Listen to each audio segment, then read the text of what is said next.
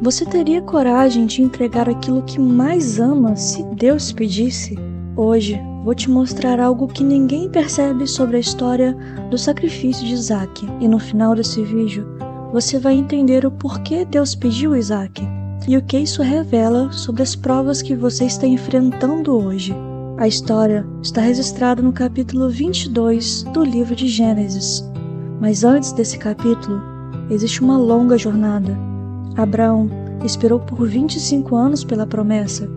25 anos entre a palavra e o cumprimento. Ele ouviu Deus dizer que teria um filho, mas a sua esposa era estéril. O tempo passou, o corpo envelheceu, a esperança quase morreu, até que o milagre aconteceu. Isaac tinha nascido, e o nome Isaac significa riso, porque o que parecia impossível virou realidade e a maior felicidade daquele casal. Agora imagine, o seu filho nasceu do impossível, o filho que representa o cumprimento da aliança, e é justamente esse filho que Deus pede de volta. Isso não é apenas difícil, isso é ilógico. O texto diz: pega teu filho, teu único filho, a quem amas, e oferece-o em holocausto. Repare como Deus constrói essa frase. Deus não ignora o vínculo emocional, ele evidencia. É como se cada palavra aprofundasse a dor. E então vem a ordem: ofereçam. Nenhuma explicação, nenhum motivo, nenhuma garantia. Só um pedido que atravessa o coração. E aqui está algo que ninguém fala. Naquela cultura, sacrifícios humanos existiam em povos pagãos, mas nunca haviam sido exigidos pelo Deus de Abraão, que é o nosso Deus. Então, não era apenas um pedido emocionalmente devastador, era teologicamente confuso. O mesmo Deus que prometeu descendência através de Isaac, agora pede a morte de Isaac. Como a promessa sobreviveria? O texto diz que Abraão se levantou cedo. Não há registros de questionamento, não há diálogos dramáticos. Ele acorda cedo, prepara aquele jumento, corta a lenha, chama 2 servos e chama o filho. E a caminhada foram 3 dias até o monte, 3 dias de silêncio. Imagine o peso desses dias. Cada passo era uma contagem regressiva. Cada olhar para Isaac era uma lembrança da promessa. Cada noite talvez fosse uma batalha interna. Mas existe um detalhe impressionante. Antes de subir ao monte, Abraão diz aos servos: eu e o rapaz iremos até lá, e depois voltaremos. Voltaremos? Ele não disse eu voltarei, ele disse voltaremos.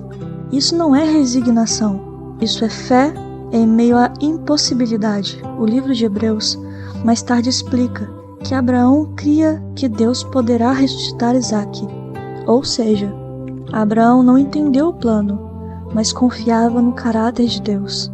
Antes de existir um altar de pedras no monte, houve um altar invisível no coração de Abraão, porque o verdadeiro sacrifício não era o filho, era o controle, a segurança e a dependência da promessa. Às vezes, Deus nos dá algo e depois nos pede de volta, não para tirar, mas para verificar se aquilo tomou o lugar dele. Existe uma diferença entre amar a bênção e depender mais da bênção do que do Deus que abençoa. Isaac era a promessa, mas Deus precisava continuar sendo o centro. E talvez essa seja a parte mais desconfortável dessa história, porque todos nós temos um Isaac, algo que, se fosse perdido, balançaria toda a nossa estrutura.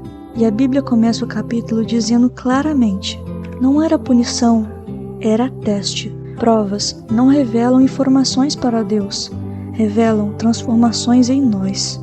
A fé de Abraão já existia, mas precisava ser refinada, como ouro no fogo. E aqui está a pergunta que ecoa até hoje: se Deus pedisse o que você mais ama, você confiaria nele?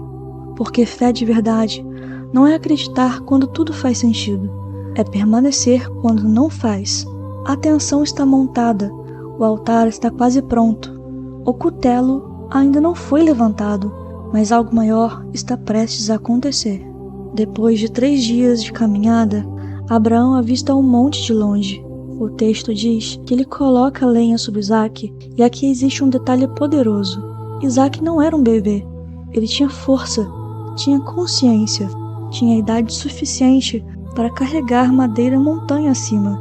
Isso significa que se ele quisesse, ele poderia resistir. Mas ele sobe. E então vem a pergunta que corta a alma. Meu pai, eis aqui o fogo e a lenha. Mas onde está o cordeiro para o holocausto? Essa pergunta ecoa através dos séculos. Onde está o cordeiro? Abraão responde com uma das frases mais profundas da Bíblia. Deus proverá para si o cordeiro. Ele não tem explicação, ele não tem um plano alternativo, ele só tem a confiança. Eles chegam ao topo. Abraão constrói o altar, organiza a lenha e amarra o filho. Imagine esse silêncio. O céu parece fechado. Nenhuma intervenção, nenhuma resposta audível. O altar está pronto, o filho está sobre a madeira. E então, Abraão levanta o cutelo. Esse é o ponto máximo da fé. Não é quando ele ouve a promessa, é quando ele está disposto a cumprir a ordem. E no último segundo, o anjo do Senhor clama dos céus: Abraão, Abraão, não estenda as mãos sobre o rapaz. E então vem a frase que revela o propósito do teste: agora sei que temes a Deus. Não porque Deus não soubesse, mas porque Abraão havia atravessado o limite da confiança. Abraão ergue os olhos e viu um carneiro preso pelos chifres no mato. A provisão já estava ali. Ele apenas ainda não tinha visto. E isso muda completamente a leitura da história. Deus nunca teve a intenção de tirar Isaque. Deus tinha preparado uma substituição. O teste não era sobre morte, mas sim sobre confiança. Abraão chama aquele lugar de "O Senhor proverá". No monte da entrega existe o Deus da provisão. No começo desse vídeo, eu prometi que explicaria o porquê Deus pediu Isaque. E aqui está a resposta. Deus não queria o filho, ele queria o lugar que o filho ocupava. A promessa nunca pode ocupar o lugar do prometedor. Isaque era o cumprimento da palavra, mas Deus precisava continuar sendo a fonte da segurança de Abraão. Existe algo ainda mais profundo. Séculos depois, naquela mesma região, outro filho subiria um monte carregando madeiras nas costas. A diferença? Isaque foi poupado, mas Jesus não foi, porque naquele dia Deus estava pintando um retrato profético. Quando Isaque perguntou: onde está o cordeiro? A resposta completa só viria séculos depois. O cordeiro seria o próprio Filho de Deus. O que Abraão não precisou entregar, Deus entregou. E isso revela algo poderoso. Deus nunca irá pedir algo a você que Ele mesmo não tenha sido capaz de entregar primeiro. Talvez hoje você esteja vivendo o seu monte. Talvez Deus esteja pedindo algo que dói. Talvez pareça silêncio. Mas lembre-se, a provisão pode estar preparada. Você só ainda não viu. Fé não é ausência de dor. Fé é confiar no caráter de Deus quando o plano não faz sentido. No monte da prova, existe um Deus que provê. E quando você coloca Deus acima das promessas, você descobre que Ele é maior do que qualquer perda. Se essa mensagem falou com você, coloque nos comentários a frase: Senhor, eu confio em Ti, mesmo quando não entendo. E nunca se esqueça, o Deus que testa é o mesmo Deus que provê. Muito obrigada por assistir até aqui e até o próximo vídeo do canal A Paz do Hoje.